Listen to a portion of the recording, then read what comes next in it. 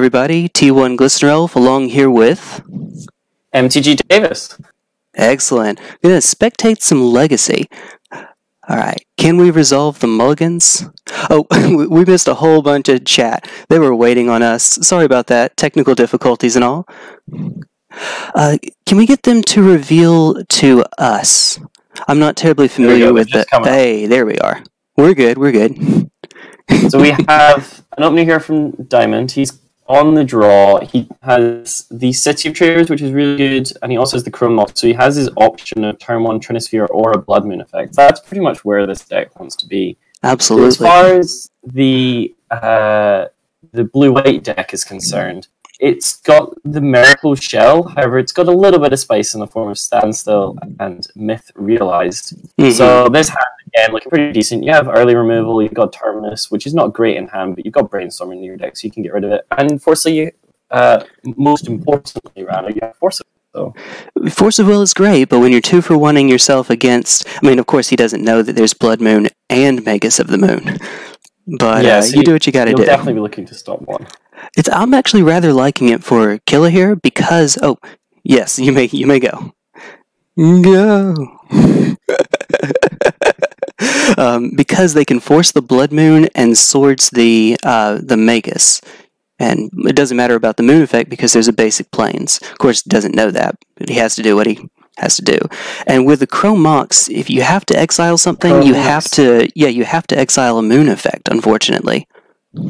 I think I slightly disagree with what Diamond did. This was actually the first Legacy deck I ever managed to play here, and Magus being so fragile is one of the reasons why I'd rather keep double Blood Moon over Magus of the Moon and a Blood Moon in hand. Oh, absolutely. Will find and they know about the decks that the other one has, so he knows there's Terminus in there, and Terminus can deal with Magus. Running it out and having them use the early removal like swords, I think makes a lot of sense. Alert response. Okay. Of course, we're going to force here. You do what you have to do. Here we see quite a traditional Legacy start. We have the Turtle into a Prison Lock piece, and then we have Force of Will just saying no from the blue deck. Terminus off the top, you could cast it if you wanted to, not that it's going to do anything, so instead we'll probably just draw it and see the Tundra come down. And I can't see the chat, but I imagine that people are saying something to the effect of, what are their deck list? We'll show you between games. I apologize for not showing that beforehand. I was already kind of late getting started, so that one's on me, my bad. And yeah, so we're seeing Hazoret, an excellent win condition in a deck. Yeah, go on. This is definitely a good pickup here. Again, Diamond's just looking to get the lockdown. So here comes the Magus. This also allows you to keep that City of Traitors on board for now. Mm-hmm. And now he'll have to sacrifice, which is a bit of a shame. But it does mean that you can have access to Hazoret the following turn with a slightly closer to empty hand, which is really where you want to be. Absolutely. Okay. So obviously exiling that, gain the life. We're good. What's the draw? It's where if we find yet another Terminus. Yeah, only the 3 Terminuses in this particular deck. It's quite hard to pronounce the word from multiple copies of Terminus. Nope, it was a city sack. Nope, it was a mountain, is what I'm seeing here. That's correct. The Moon effect will do that. So this hand here, there's plenty of decks where you're okay with this hand because it's going to be pretty hard to die. However, against a Mono Prison deck boss, this allows you to answer the threats. Oh, whoa. It's not a mountain now. Not a mountain anymore. Just make sure that they sack the City of Traitors here. Yeah, so we can tap the City of Traitors in response to its trigger, adding this mana, and now the City of Traitors definitely has to go. Rabble Master, one of the best threats, one of our best Scottish magic players actually came at a GP when Gary Campbell took down the GP using double Rabble Master to make a massive clock.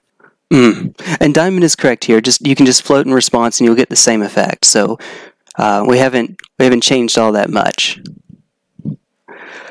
And yeah, you're right. Rabble Master is I've been experimenting with this in Modern Panza as something that Bloodbraid can cascade into that gives you an inevitability engine. And I missed what just happened to Rabblemaster. Oh, no, back in hand. Okay, cool. Yeah, so we see the City Traitors add the mana in response to the trigger caused by the second City of Traitors coming in, and now we should see this Rabblemaster come down. It's taken a while, but we're getting that fix. Hey, so there we go. What you should note here is that both of these decks aren't really set up to combat each other. So Trinisphere, very good card. It's not that great into a deck which is looking to play fair magic and have a lot of lands on board. Meanwhile, on the other side, we have cards which, again, aren't that great when they're dealing with certain threats that just are eventually going to come up back. Mm-hmm. 100%. These are playing on very different axes. And it does make for some interesting magic when that happens. The Miracles deck, I will say, seems like it might be favored just for a number of reasons. It has a lot of basic lands to play around the moon effects, and that's something that changes the way that you play when you are the prison deck. You know that you don't have a solid lock necessarily. They run... We'll take a look to see in just a moment how many basics exactly. Okay, yeah, no, that's a flooded Standstill. Hey, there we go. Yeah, no moon effect for that. Flooded Strand. Sacrificed. Yeah. And then Supreme Verdict here. This is a setup we've seen in actually a lot of the modern blue-white control decks as well, running a large amount of Terminuses, but this single Supreme Verdict in the deck just as a panic button.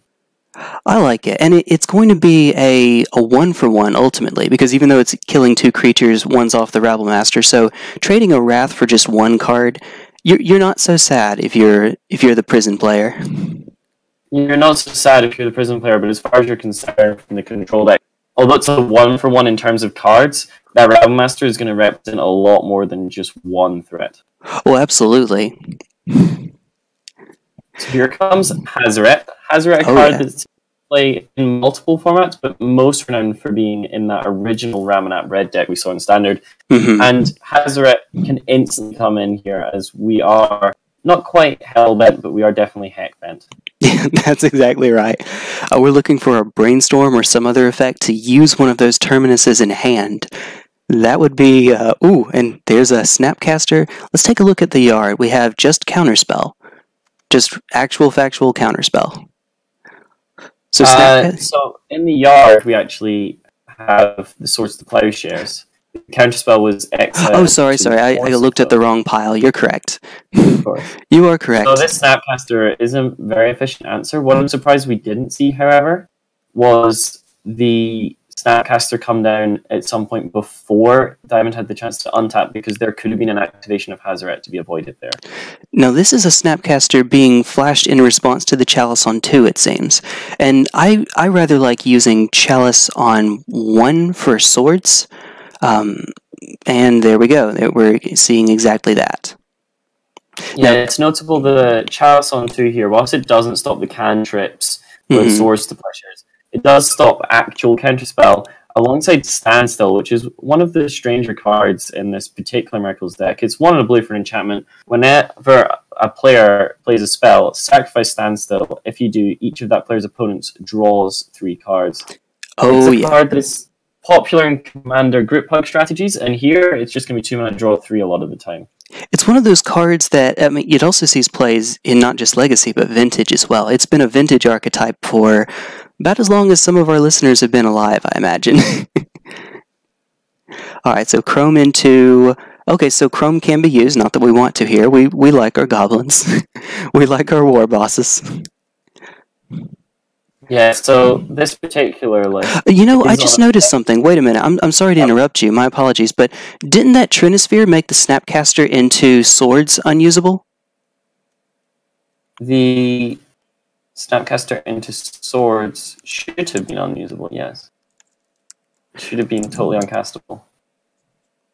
This is going to be a fun real situation to fix. my thoughts exactly, Diamond. My thoughts exactly. Ooh. Ooh. Yeah, you can. I'm sorry. I know I should have pointed that out, but I was busy talking, so I apologize for that. Yeah, better late than never, I suppose. At least we're not.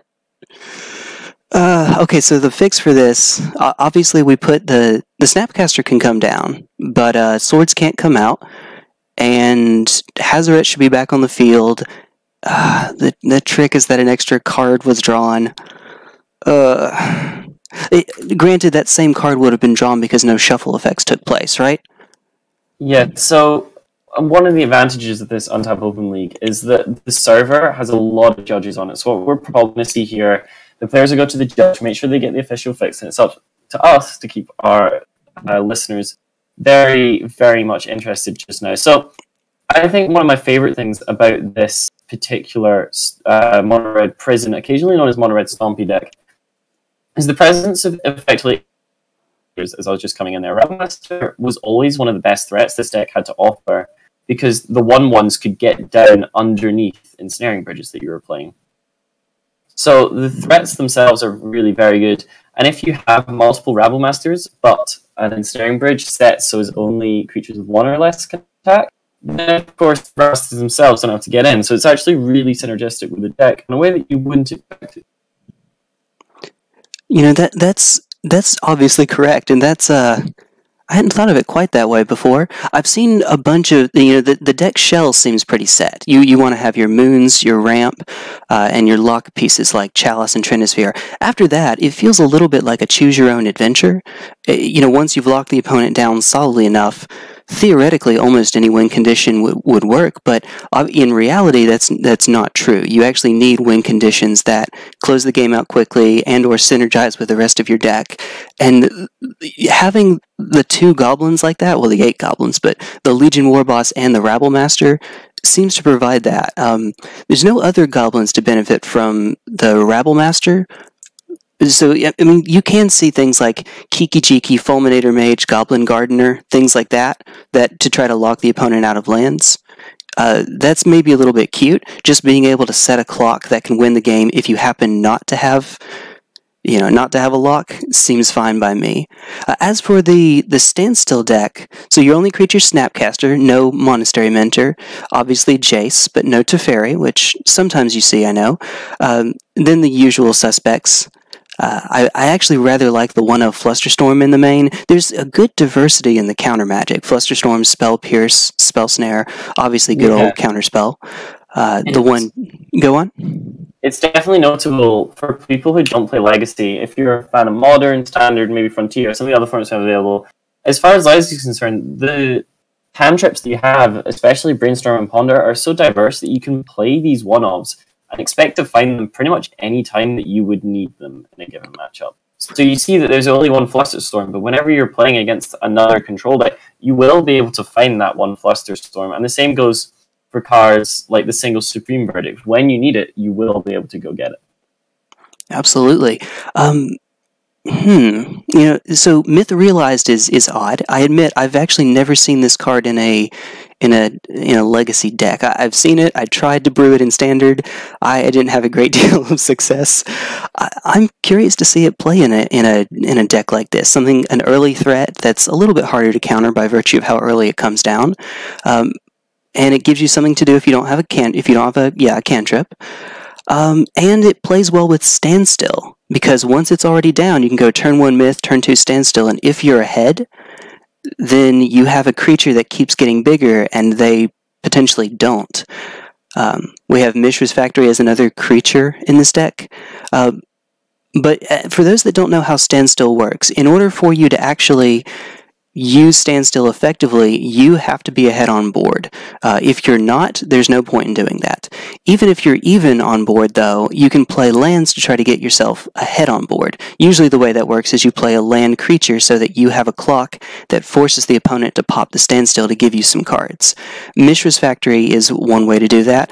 You could, I mean, it's too slow for something like Colonnade, but in Vintage, you can see some other land creatures, landfolk. You can have a Planeswalker that makes it where you win the game, because they have to answer the Planeswalker. Even just a simple naked Snapcaster Mage is something. And with Standstill, it doesn't matter what that condition is, as long as you have something, the opponent will eventually be forced to pop the Standstill to give you a bunch of cards. And at that point, you're just playing a 2-mana Ancestral Recall with a little bit of setup, minimal setup required. Yeah, so I think one of the decks that is becoming more and more popular recently in the blue-white colors has been this blue-white Delver deck. And essentially what we see here is Myth realized, being the 1-mana threat, is these blue-white decks tend to want an early threat and play almost more like the older Delver decks, controlling Delver decks, before the Delver decks themselves became faster and more tempo. So I've seen blue-white Delver before, but I'm used to Delver, Stoneforge Mystic, the Equipments, True Name Nemesis. Is Myth Realized now seeing play, and if so, is it coming in for the True Name, or is Stoneforge Mystic seen as too slow, or what might we be doing? I think what we're generally seeing, and it's happened a lot of times with a lot of different decks and a lot of different formats, and it's the realization that people are coming to the conclusion that you want an early threat in these blue-white decks, but they don't quite realize that that's the conclusion they're coming to yet. So we're finding cards like Delver to be good in these decks, and then we're finding cards like Myth Realized also to be good. And not because either one of those cards is better than the other, it's just because this blue-white deck is really a fan of having an early threat and pushing damage. In this meta, that makes entirely too much sense, if I'm being honest. It's notable that the blue-white decks more recently, at least as far as I've been testing, and I know that there's a few pros out there that would agree with me, that the Grixis control deck is being able to outgrind the blue-white control deck recently. So it could almost be a response to that and wanting to just change the level of attack, so as into that matchup, you have another option.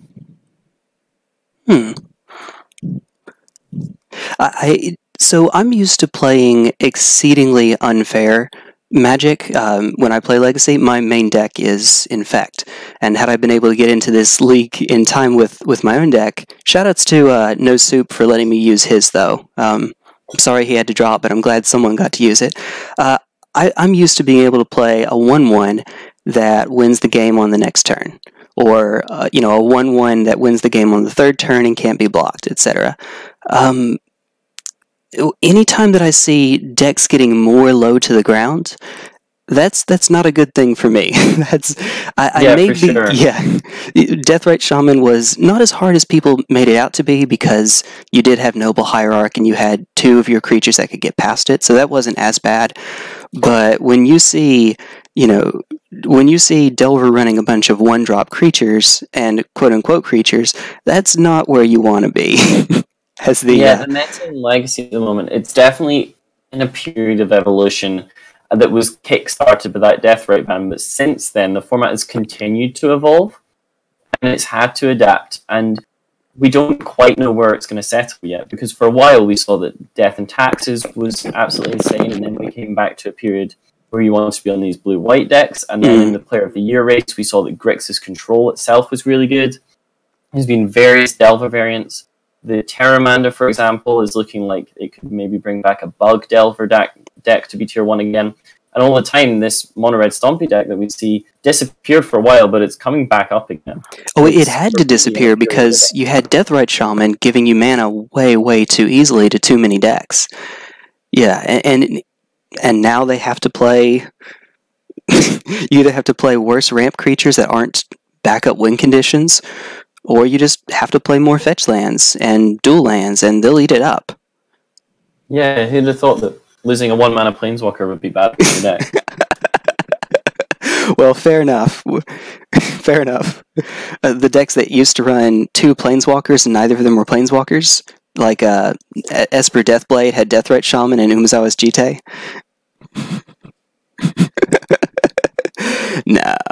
No.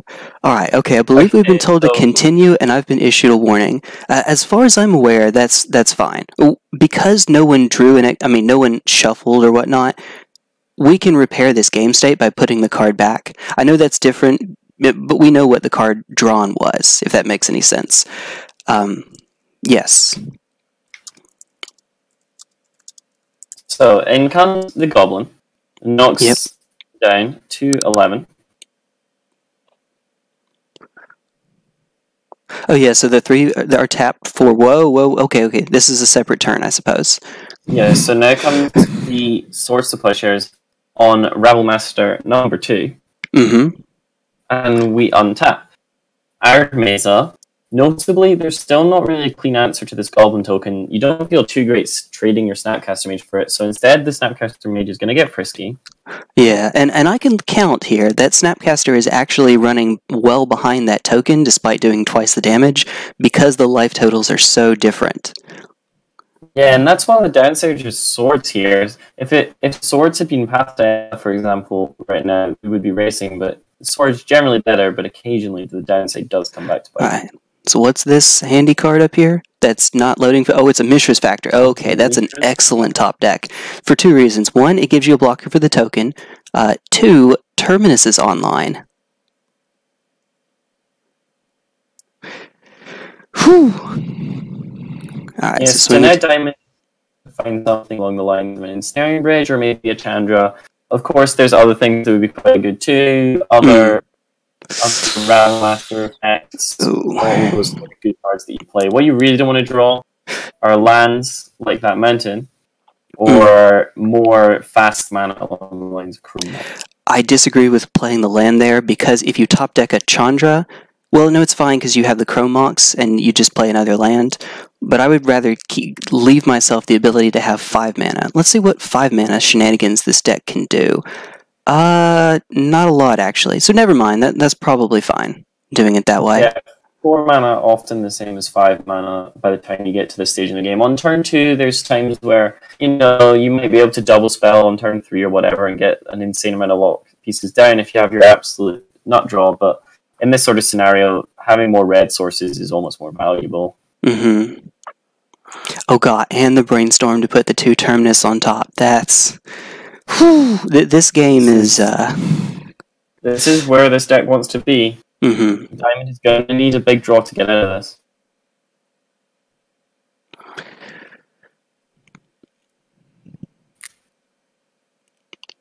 Pick up, is that Chandra? Now, this does put us in a bit of a situation here, because Chandra doesn't get answered by Terminus, believe it or not. So it's likely we see Brainstorm. Yeah, if nothing else, Brainstorm in response, maybe hunt for a force or an actual counterspell. Yeah, it's definitely what we're looking for. However, it should be noted that the Trinisphere is going to make this Brainstorm cost 3. That's right, that's right. And it would make the force cost 3 as well. Yeah.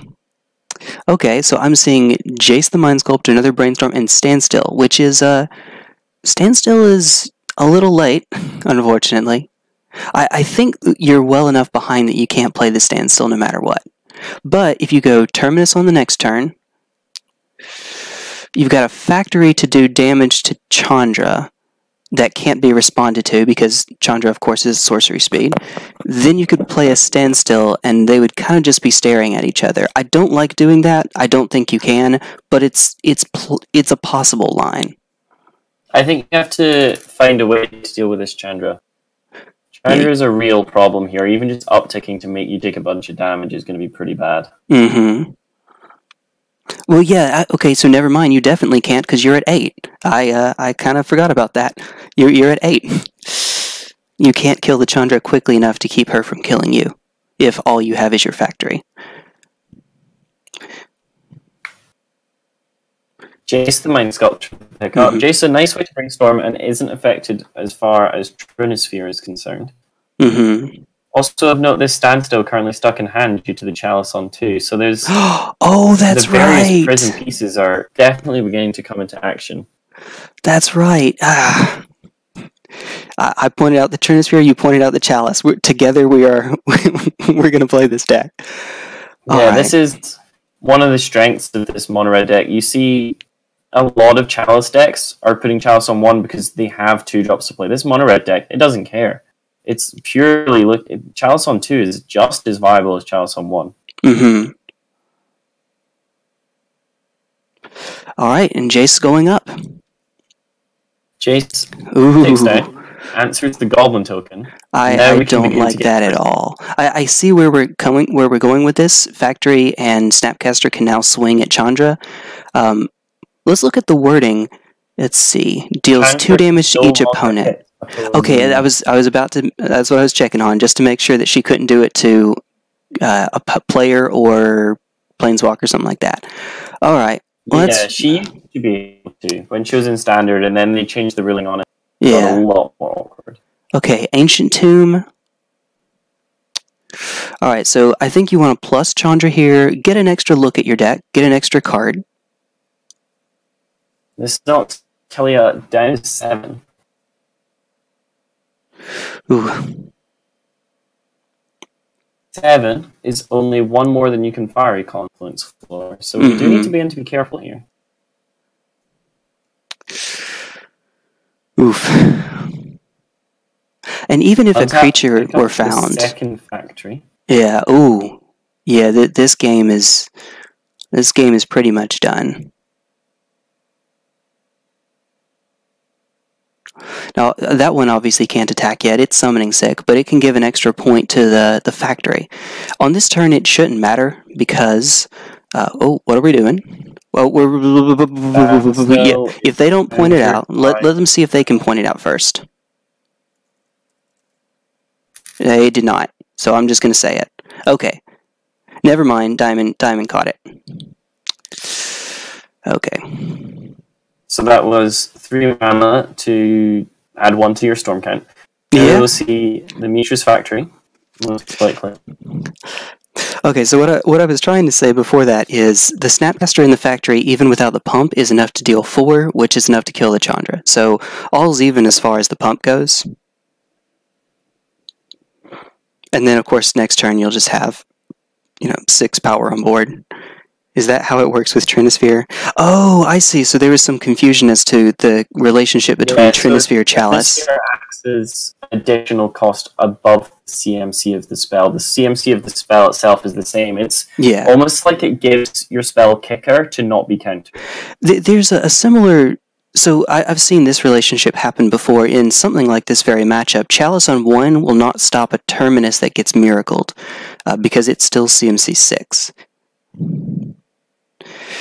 You cast it, Bennett. Yeah, that is correct. That is how it's supposed to go. So that's the reason why it was kept in hand from the brainstorm earlier.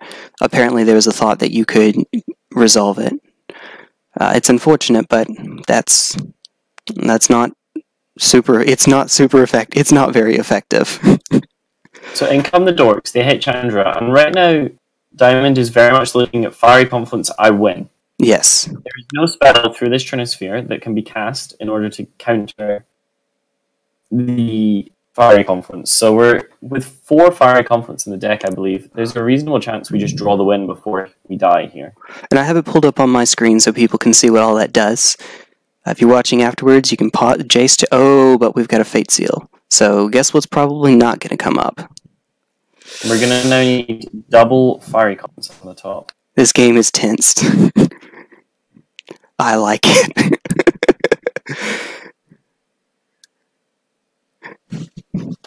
Killa says it can stay on top. What did he leave on top? Yeah. There was another Chalice. So now you just put Chalice on 1 here. I mean, I don't see a reason not to. It doesn't hurt anything in your deck. It's not like you're running a lot of bolts. It just stops further count. There we go. We got the... Okay. We remembered to do 3 mana. So that's Chalice for 1, which would cost you 2, but because it costs less than 3 due to Trinisphere, it now costs 3. This deck is somewhat hard to play. The Chalice is then countered because we already have a Chalice on 2, and that Chalice itself still had CMC 2 due to the fact that it was X equals 1.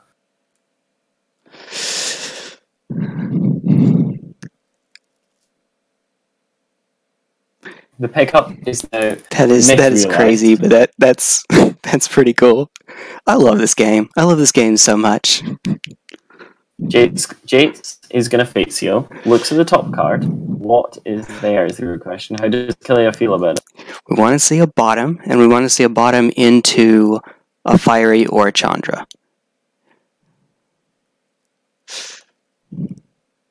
Although Chandra wouldn't get but just 1 turn anyway, unfortunately. Yeah, Chandra will only have the 1 chance to uptick, so whether you probably still play her, but you're going to need to draw a lot of Chandras to get the job done here. Is this game 1? Yep.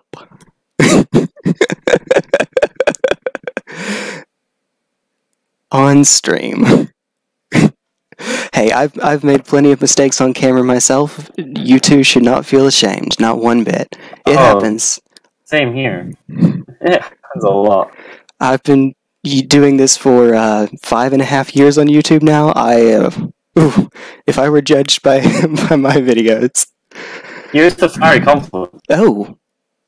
Okay. So we need exactly brainstorm, counterspell, or force. Brainstorm, counterspell, or force. Into account. Oh, yeah, so brainstorm, not only force, but extra blue card. You would need an extra blue card. Force is narrow. Flusterstorm. Ooh. Well, let's see. So Flusterstorm would be, 3. That's correct. And it can't be countered because that Chalice on 1 didn't make it. That is excellent. So we're going to play a 3-mana Flusterstorm here. The storm is Fiery Confluence, Brainstorm, Flusterstorm, and I see only 2 mana to come back. So it's countered. Did I get that right? I believe you did. Diamond's now just questioning his life choices, I believe. Oof. Oof. Cloned Flusterstorm. We know what it does, but we might as well. We're going to see the Flusterstorm here. I remember seeing a game of Magic at one time, Paper Magic, and somebody brought a ton of copies of Flusterstorm. Oh, that's excellent. So when they cast it, they could lay them out on the table. Whoever that person is, I love them. Brilliant. Okay.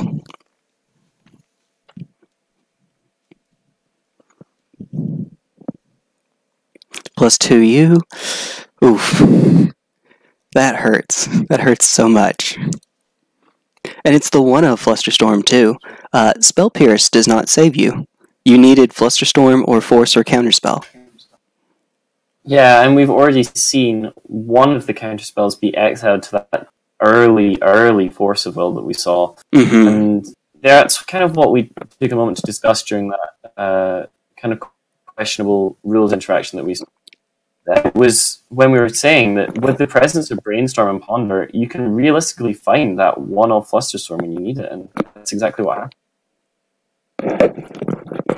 I've been curious about Merchant Scroll versions of this list, where you use Merchant Scroll to get, whichever counterspell you need for the moment because you're running a bunch of one-ofs, but you can also use it to get Brainstorm to put back a Miracle, to put back a Terminus, or Predict, or whatever the case may be. It gives you something to do with ones that get lodged in your hand. Okay, so go on. It's definitely a card that has seen play.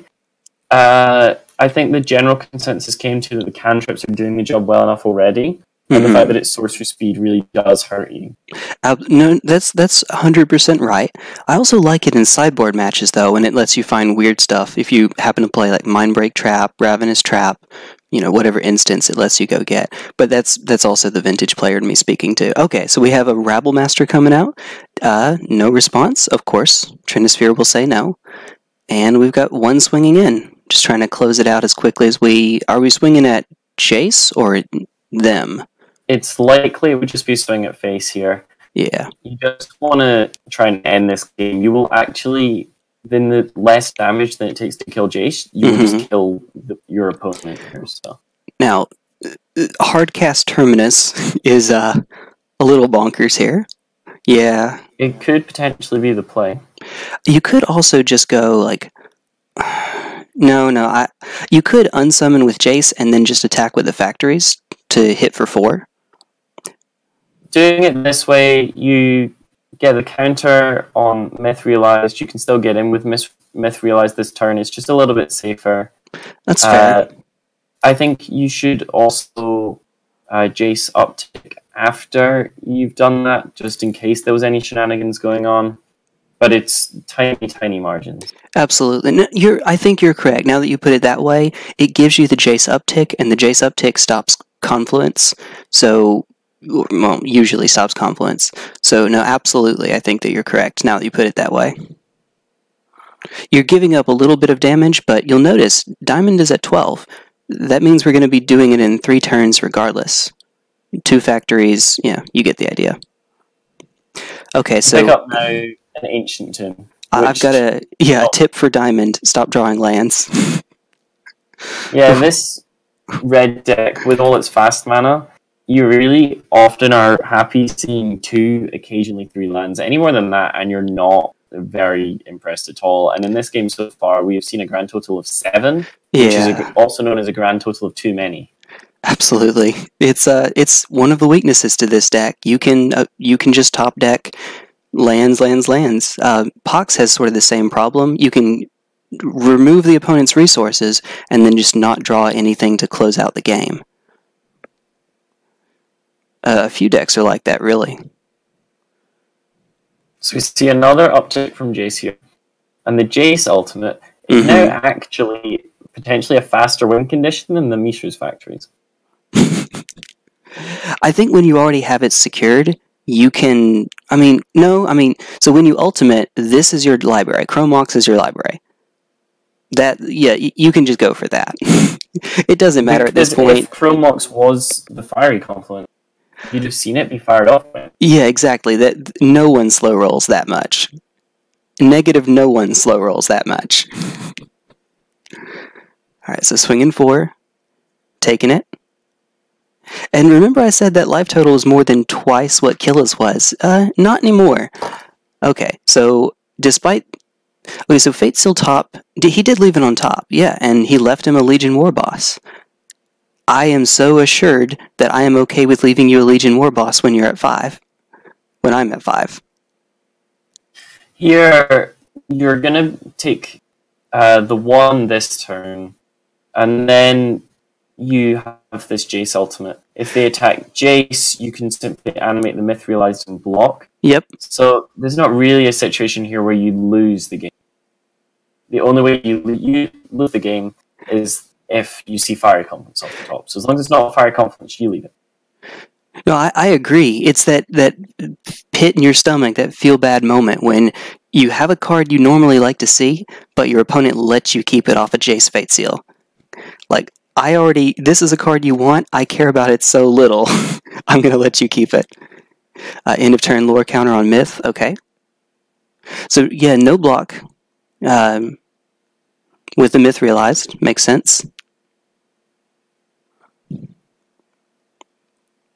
And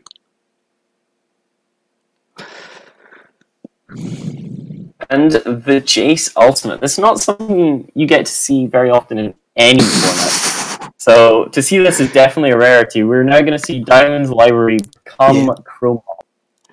That's not to say that Jace wouldn't have, but... exiled. Oh, sorry, I didn't mean to interrupt you. Yeah, usually people just concede in response, and or concede before it even gets to that point. So it is indeed a rarity. Notice the turn, by the way. Notice the turn. Diamond's very good as far as sportsmanship and playing all this stuff out is. Oh, yeah. He's, I think, potentially the best player in the community as far as just letting you play your win con. That's excellent. Alright. And we could just be BM and block with the Myth Realized. We're going to have to, actually. Yeah, so the attacks come in. They are lethal. Both goblins as well, because you know you're dead next turn. Yeah. Worst comes to worst, you could play this super safe way, and the way I think you ought to, and just block with Factory, and then block with Myth Realized. That deals with all 3 of them, and you know they have no cards in their deck, so, yeah, that can do everything. Definitely just triple block here. You win on the following draw step. So are we putting a counter on Myth Realized first and then blocking with it? Is that what's going on here? There's no reason not to. Well, so you spend 3 mana to put a counter, then you spend 1 to animate it. Okay, no. Okay, so we're fine. We're fine. We're not doing that. And Diamond says that we're going to move on to the next game. Yeah, so there we go. Take a look at sideboards? Absolutely. So I would like to look at the Mono-Red Prison sideboard first. I'm seeing a couple of copies of Abrade, 2 Sorcerer Spyglass, 4 Fairy Macabre, 2 Kozilek's Return, 3 Scabclam Berserker, love that, and 2 Sulfur Elemental. I wonder what that's for. And in the meantime, on the other side, we're looking at Killa's 2 Flusterstorms, 1 Hydroblast, 2 Surgical Extractions, 2 Containment Priest, 2 Disenchants, a Null Rod, another Snapcaster Mage, 2 Back to Basics, a Council's Judgment, and 1 copy of Humility. Okay, I love you just for running that card. Okay, so as for what we're expecting to see from Diamond, so this Scab Clan is something. It's 3 mana, so you can get it as soon as the first turn, though the red makes it a little tricky to get on turn 1 because of Ancient Tomb and City of Traders making double colorless. Yeah, but if it does, it'll be a Sulfuric Vortex effect. It deals them 2 damage when they cast a non-creature spell, and I hear there are a lot of non-creature spells in that deck. Yeah, so Diamond is a member of Team Dolt, for those of you who don't know, and traditionally we've been quite high on this card in our red decks as far as control decks sideboarding is concerned, because it also can come in against the unfair decks such as Storm. The other card that you should expect, and we can confirm he is bringing in, is Sorcerer's Spyglass. It's just a nice way to answer something like a Jace that otherwise you would struggle with. And Myth-Realize, for that matter. And a Braid also kind of makes some sense. It deals with the Mishra's Factory. Even if it weren't small enough, it is an artifact. The trick, though, is that that's really all that it deals with. And since we have access to the list, we know it'll deal with Snapcaster Mage and a very small Myth-Realized and Mishra's Factory, and that's it. Unless I'm missing something.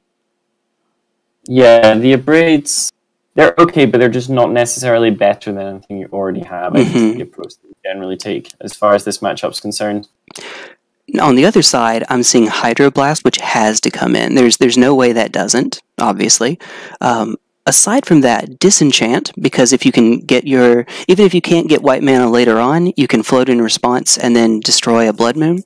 Won't work against a Magus of the Moon, but you can also use it to deal with Trinisphere, Chalice, if it's not on 2, even just deal with Chroma. We see this dealing with Trinisphere here. That's the card that actually does stuff against this deck. The deck's only blue-white, so we'll just see aggressively fetching for basics early on in the game, so his Blood Moon doesn't get you, and then we'll see the Disenchant saved for stuff like Trinisphere and Chalice. And people might be interested in Council's Judgment as an answer, as an out. The problem is actually twofold. It has white in the cost, so it's hard to get that through a Blood Moon, and it's sorcery speed, so you can't cast it in response to something like a Blood Moon. So it's actually very hard to use on the main card in the deck, which happens to be an 8 of. When you get to run 8 copies of Blood Moon, and you can't use that against it. Yeah, it's tough. We saw 12 copies of Blood Moon as Blood Sun was ready to try and stop the fetches. That makes sense. Alright, I believe, let them know that we are good to... Oh, wait a minute. Okay, so, never mind. We actually get to see what they did for sideboard. So before we do, sorry about that, by the way. I'm seeing from Diamond in 3 Scab Berserkers, 2 Spyglasses, out 4 Confluence and a Sphere. And let's see. As far as I'm aware, I haven't seen anything from Killa yet. Oh, no, here we are. Sideboarded Flusterstorm and Ponders out, boarded in Hydroblast, both Disenchants, another Snapcaster, and another Council's Judgment. So I might be wrong. Yeah, like I say, I don't think the moons are the pieces you're scared of here. I think we're more scared of the things that stop you casting your early spells. So that's just a nice way to stop that part of the deck. I had to get the little reference in there. Sorry about that. Okay, so mulligan into 2 lands and double force, double blue card. You have to keep that. Yeah, this is pretty much where you want to be against this prison deck. You can stop an early lock piece or early threat. You feel like you're pretty good, because unlike red decks you see in other formats, this red prison deck here is very much a flash in the pan, and if that doesn't work, you're likely to lose. That's 100% correct, yeah. All right, and speaking of, we're going to start that off right now. Oh, no, wait a minute. I'm sorry. I missaw that as a Simian Spirit Guide for some reason. That's not. Wait, we did have a Simeon. We had we had the ugly Masters 25 one. Yes, so this is not good at all as far as Diamond's concerned, because now he has 0 red sources. Yeah. There's the iron, which means that end-step brainstorm is an option. There's another red Speak source. Of the he devil. never didn't have it. So now we're going to see Magdalene come down, providing that red source for future turns. Response, there will be brainstorm and a hope to find force of will, right? Expect. I mean, we've already used 2. We're probably looking for lands. If I had to guess, we're not seeing any. It looks like he's brainstorm locked. That's not a good place to be. You have disenchant, but you don't have white mana. You have counterspell ×2, but you don't have double blue. You have swords, but you don't have white mana. And you have Jace, but you're stuck on 2. This is a... Now, I will say there is a saving grace here. There would be a saving grace, which is Mishra's Factory, being able to block Magus, but that turns out to be a mountain now. Mishra's Mountain Factory. Yeah, Mishra's Factory, it will definitely do work here. It will slow down the board, but currently it's a mountain, which is not great. There's that disenchant that everyone knew was there, apart from Diamond. He's that one child left at the party. The pickup here is Sorcerer's Spyglass. So this is going to come down. We're going to see both the City of Traitors on board, which is something you don't often get to see, but as we saw last, because one is currently mountain, the trigger doesn't happen. Diamond takes peek, sees the Jace. It's most likely that we name either Jace or Mishra's Factory here. I can't see us naming Myth Realized. There's no white source and it's not in hand. No, and even if there were something like a fetch land, let's see.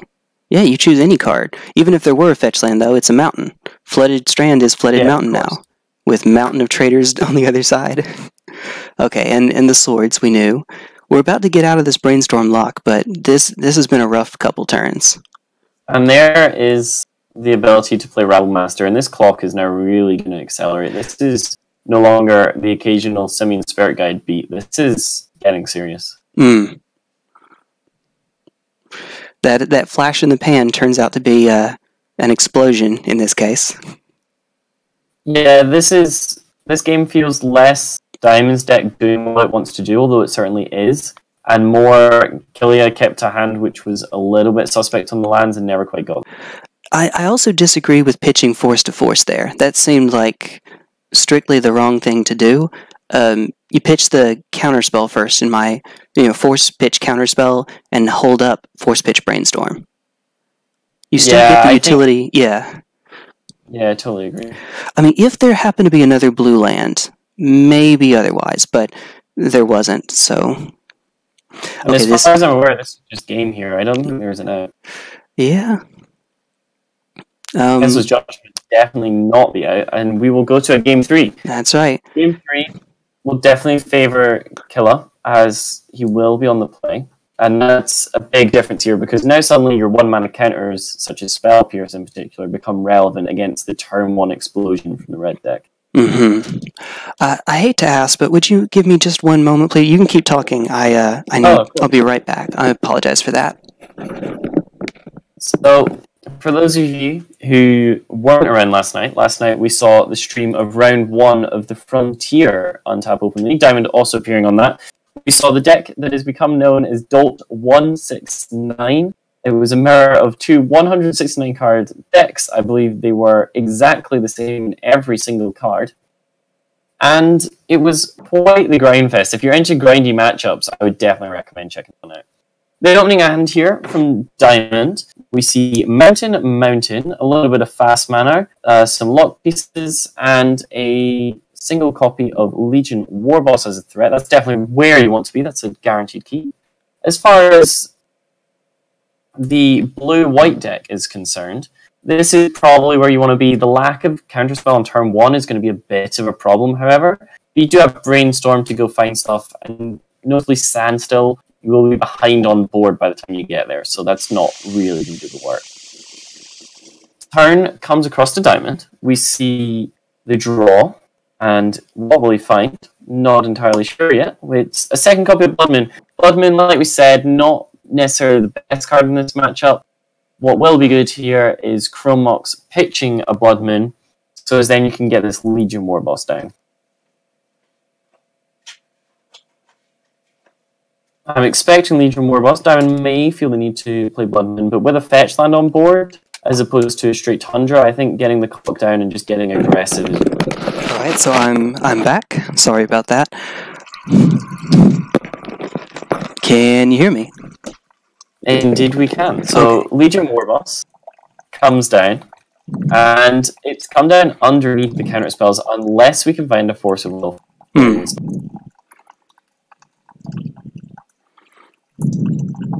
Yeah, and playing the fetch land first there when you already have an island, that feels really, really bad. This is why we...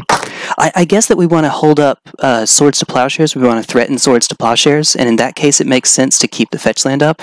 But you've got two brainstorms in hand, and now you don't get a perfect brainstorm because you didn't do that. Yeah, now you don't have the ability to shuffle, which does feel a little bit bad for certain. It should also be noted that although we haven't necessarily seen too much of it, Scalding Tarn is in the list.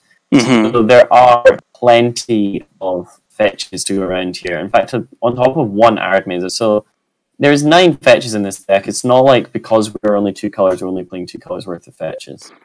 Yeah, it's one of those like starter legacy tips. Brainstorm, I think, is still the most played non-land in Legacy, and one of the reasons why is that if you get to shuffle away 2 cards you don't like, it's just Ancestral Recall, or it feels like it anyway. Yeah, it does feel really, really cool when you end up in situations like that. I think that there could be a potential return of blue-red Delver Burn due to the fact that you get to play Brainstorm on top of the new Light Up the Stage, which is just an insane amount of card draw for a burn deck. All of which cost 1 mana realistically as well. But back to this match right now. You see Plains and the ability to Disenchant. Disenchant, not necessarily fantastic here, but we've opted to leave it up over Counterspell. That's correct. Now, normally, it makes more sense, obviously, to do the Blood Moon and then the Ensnaring Bridge. Ensnaring Bridge gets more oomph, let's say, when you have fewer cards in hand. So you usually want to play it later unless you have no choice but to. The Blood Moon can't... Alright, so we're doing a combat first. That's fair. The attacks come in. Legion War Boss, Mentor, the mechanic from Guilds of Ravnica, and puts a +1/+1 counter on a target attacking creature with lesser power. And then post-combat, we see Blood Moon come down. Blood Moon is most likely just going to eat a Disenchant. That's right. However, you can make an argument that it's not doing no anything. Response. No response. What? What? End of turn. Okay, no, that's fine, that's fine. We see Brainstorm. And this is what I mentioned. Blood Moon at the moment, all it's doing is turning this Ancient Tomb into a mountain. It's not affecting the blue-white deck in any realistic way here. So you don't really need to answer that. And if it really was to come down to it, you do have that Disenchant alongside of Plains. Yeah, that's more than fair. Although, are we putting the Disenchant back? I mean...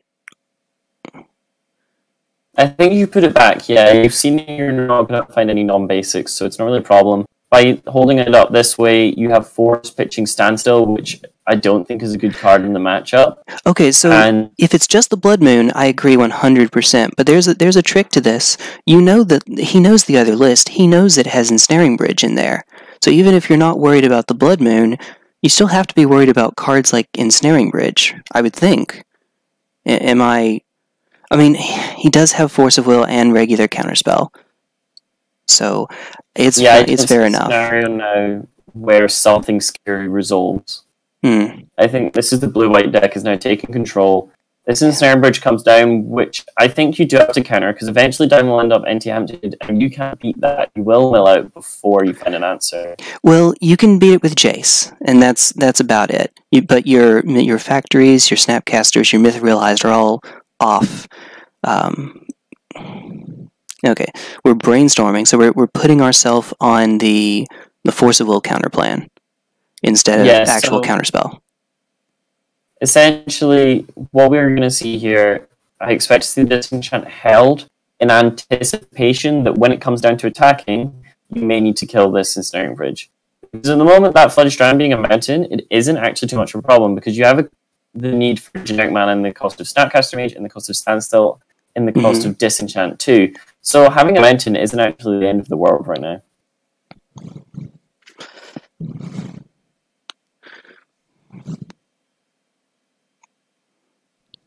We draw into our Flooded Mountain.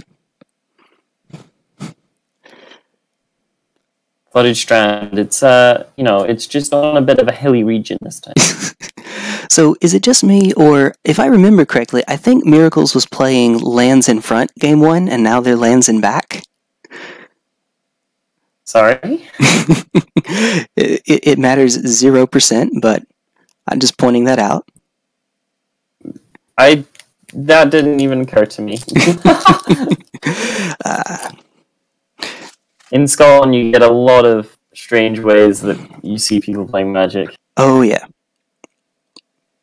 Pick up Pierce Chandra, and that is one of the things that, essentially, this is what Diamond needs to do to get there now. He needs to put himself in a situation where you can just continue to tax the removal. Take 2? That is an Ancient Tomb, right? Take 2? No, because it is currently a mountain. Never mind. I'm...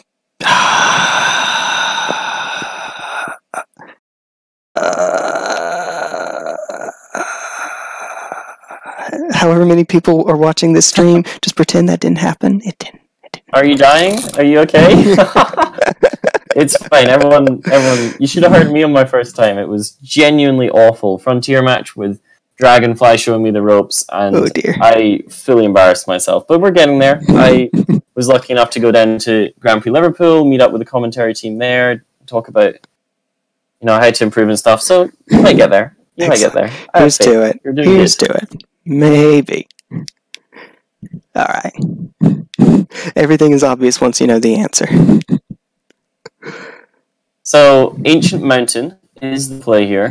I was going to use Mountain too, but then I realized that you're going to find it pretty hard to bury a mountain. And end of the turn, we're going to see Killa make a play. It will, in fact, be Disenchant, coming down, most likely on that Instant Bridge with Explosive. Yeah, it doesn't matter in this set case, but if you're disenchanting and you're not disenchanting the Blood Moon, you might as well tap the Flooded Strand. It's going to make red mana, and you'll get to hold up blue, which threatens Counterspell. So, sure. Things that don't really matter, but, those margins. And here comes still has using its hidden Ambush Viper mode, and it's just going to be a clock here. Yeah, the blue Doom Blue. Ooh, okay, Now we have it's not a problem, but since you didn't disenchant the Blood Moon, you now have Mishra's Factory as Mishra's Mountain. That's okay, though, because, you've got a 7-turn clock. You'll get there. Oh, and Standstill. Yeah, you will definitely get there. Yes, so Standstill now is really going to prove to be a definite problem. It essentially just reads Diamond can't do anything without losing. Mm-hmm. A Blood Moon? Yeah, never mind. So Killa caught it. Killa caught it. Tried to walk, so I would have been quite impressed. Yeah. I'm glad it's not just me. Yeah. And comes the Snapcaster Mage. Yep. And the clock has begun. This is the upside of Standstill. So far, all we've seen is it be stuck in hand when you're behind on board. Mm-hmm. Now that you're in front on board, Standstill is essentially a lock piece from the deck that isn't the lock deck. I feel like Killa's deck is playing a lot of pretty situational cards, but if you have enough of them, then there's a situation for everything. It is almost how it seems like it's playing out. Okay, so you actually have something of an answer in the Simian Spirit Guide. You could play it, let your opponent draw 3, and then you have a 2/2 to block a 2/1. It's not great. I rather like playing the Chalice first here. Chalice on 1, let them draw 3 cards, see if they'll counter it, and then you can play the Simian Spirit Guide. It's not great. Obviously, it's not great, but it's not getting much better for you as you go on. control opponent drawing 3, obviously not where you want to be, and at the moment we already see answers to just about anything Diamond wants to try and throw. That's true, but as a general rule against Standstill, you want to play that as soon as possible, because the longer you let it go on, the more cards they're going to get to do something about it. You know, it's this weird logic where I don't want to play anything because I don't want to draw you cards, but at the same time I know you are going to win on this board if nothing changes. So you have to play, you're forced to play, ironically, as soon as you can to get out from under it. Unless you're a deck that has Landfolk or something like that to counter their Landfolk, etc. I have played against a Standstill Merfolk list before, and they had Ether Vial to play around Standstill, and Mutavault, Wasteland. Thinking earlier on a similar note about not wanting, or in this case not being able to cast spells, I think a deck that you could see either here or in Modern is an Experimental Frenzy deck playing Aether Vial. Mm-hmm. So you hit your Aether Vials and suddenly your creatures in your hand, whether you're playing Merfolk or Goblins or whatever, suddenly your cards become relevant again. That's definitely an option that we could see. You could maybe even see something along the lines of Experimental Taxes. Mm-hmm. Yeah, I was able to do that against the Merfolk deck with because I had Inkmoth Nexus, Noble Hierarch, but after they wastelanded my Inkmoth Nexi, I had to let them draw 3. That was fun. I'm not sure how, but I still won that game. Ooh, yep, there's our 2/2. Here comes the 3-mana 2/2, the hidden mode that has won many zombie decks many a game. Yeah. King Kong it is not, but this is, I guess, Diddy Kong? Donkey Kong Jr.?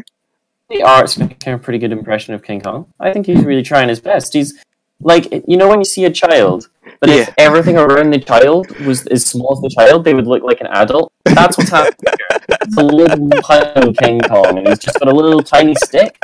And if everything was bigger, that was King Kong. Okay, excellent. Well, each deck is playing these tiny little creatures for the most part, so that'll do it. Oh, and there's Force. Just straight up hard cast Force. We even have the blue through Blood Moon. Shoutouts to Basic Island.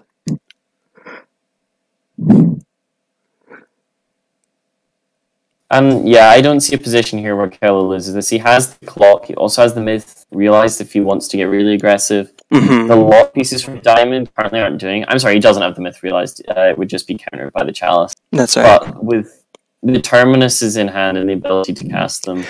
Well, not quite. There's we're missing white to be able to. We are missing the second white. But I think that this blue-white deck has more live draws than the mono-red deck in terms of the top deck. There's just so much fast mana from this mono-red deck that you end up in situations like this and you draw cards like Simian Spirit Guide up the top. I mean, you do what you have to do, but 6 cards in hand to 1. Also, I would really appreciate it if on stream Diamond stopped drawing the exact card I'm talking about. Happened last night as well. We were talking about a Wall of Mortify and a 120 card big deck, and he hit it. Dude, he's an anime character. He believes in like Heart of the Cards or something. He didn't even know we were talking about it. So there's the mountain, and we were complaining about 7 lands being too much. That probably means that 8 is too. Yeah, just gonna go out on a limb and say you might be right about that. Another pickup of Force here, so Azaret, whilst it would be good normally, is just going to eat a Force as well. Mm-hmm. And that is probably the most timely Force spell we could have seen, because if Azaret resolves, I think Killa could lose from that position, because you can't answer it with the swords. Yeah, even if something were dealt with, yeah, that's true. Through combat, it's still dealing 2. She's dealing 2 through discarding stuff as well, so your dead draws off the top become live again. Yeah, when Azaret was first released, people were kind of torn on whether or not she fitted into this red deck, and we can confirm at this point that she very much does. Mm-hmm. And we're seeing Azaret as, let's say, just a 1-of. I mean, she's legendary. Yeah, that makes sense. She is legendary. Personally, when I was playing this deck way back when. I was a fan having 2 Hazarets and 3 Chandras, but recently you've seen the full 4 Chandras coming in, just because in like people are becoming more aware of Planeswalkers as Grixis control becomes more viable, and Jace is obviously still a big threat. So you see more and more answers Planeswalkers. It's not often you draw a Chandra and have a Chandra board. I'm actually a big fan of the 3 Chandra Torch and 1 Chandra Pyromaster. Okay, so we're seeing a Chalice here. They're not quite redundant. Torch is way better, but Pyromaster does, when you use her 0 to get a card off the top, she can even play a land. She can deal damage to 1, and that creature can't block, and it deals 1 to the opponent. So it gets through 1 big creature on board that might be stopping you, yada yada yada. It's not as good, but if you happen to have 2, and 1 is Torch and the other is Pyromaster, at least you get to play both, and you get the utility from both. Sure. But enough about... Oh, sorry? Debates on what you can play in your threat package. People aren't really entirely sure, I still think, to this day. And there's a chance that we're all just missing something really obvious, because it's the lock shell of the matches. If you have a way to win, it's going to be good enough. It doesn't need to be the most optimal card you've ever seen in your life. So both Snapcasters swinging. Yeah, Simian Spirit Guide doing what he's got to do. It might be a little bit too aggressive for me, but as far as I'm concerned, with 3 swords in hand, I think I might swords the Spirit Guide to keep one of my Snapcasters. Without the Chalice around, I can see that, yeah. You're going to give him back 2, then hit them to make up for the 2 that you just used, but now you have 4 power on board.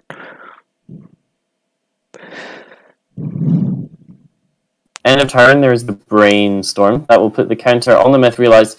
Now we only need 1 more spell off the top, so really what we're digging for here is a second copy of Brainstorm. Council's Judgment will also do it, however, we do not have a white source. This Bloodmoon is proving to be a little bit more useful. That's right, even against that many basics. Some of that beginning of game fetching that I was getting onto him for, the way that it ended up working out, turned out to be alright. You got the basics out of the deck, you left yourself in a pretty good position on turn 28, or turn 14, bottom of turn 14. Alright. So, the Myth Realized is animated. I think the potential lore behind this card is really quite impressive. You can kind of tell it from the art. It's the classic, the chosen one situation from Harry Potter. You know, is he real, is he not? And it turns out the myth is in fact real. Have you seen the, I think that this one has an Ugin's Fate promo? It probably does, yeah. It's one of they were a fan of promos around that time, so. I want to pull it up for the stream, but I also don't want to take it off the game. But yeah, no, I do. There is a Myth Realized Ugin's Fate promo because it's in the prized format. So. Of course. Wait, you know what that is? So, Myth Realized. Yeah. The myth is real. Attacks, blocks. Yeah. And Diamond dies. Absolutely. If I was Diamond, I really would want Bloodmoon to be dead, so I could take my own life with the Ancient Tombs. But he's going to say GG. If I were That Killa... is the game. Killa picks up his win in the first round. Diamond, being a little bit unfortunate with his draws, hitting that many lands is going to feel bad. But he's certainly played valiantly. No, 100%. Ooh, that Scab Clan would have done a lot of damage, but a little bit late. Yeah, so good games between the two of them. Needed second white. Yeah, indeed, there is all your gas showing up right here on the next 3 turns. What can you do? Alright, and good games. There's only one of them left, it seems, right? But good games to them. So, yeah, going back to the deck list... oh, sorry. I was just agreeing with you. Yeah. Carry on. Going back to the deck list really quickly, the Council Judgment never actually came up. I mean, it showed up in the hand, but it never was cast. Looking back at it, I think I may be disagreeing with my past self a little bit.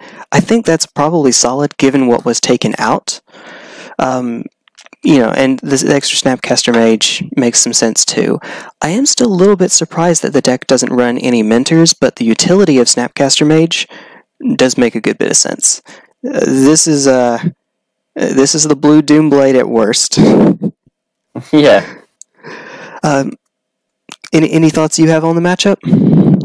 Not entirely. I think it was well played by both players, so congratulations to them. It kind of played out how you expect it to play out. I was sure, but I think I would definitely say that having watched it, that seems like how it would play out commonly. I do feel a little sorry for Diamond, partially because he's my teammate, and partially because hitting that much gas the turn after you die is going to feel bad. Oh, yeah.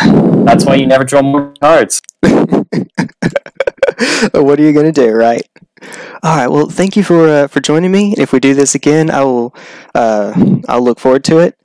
Until next time, this is T1 Glistener And I've been MTG Davis. And we'll see you later. Bye-bye.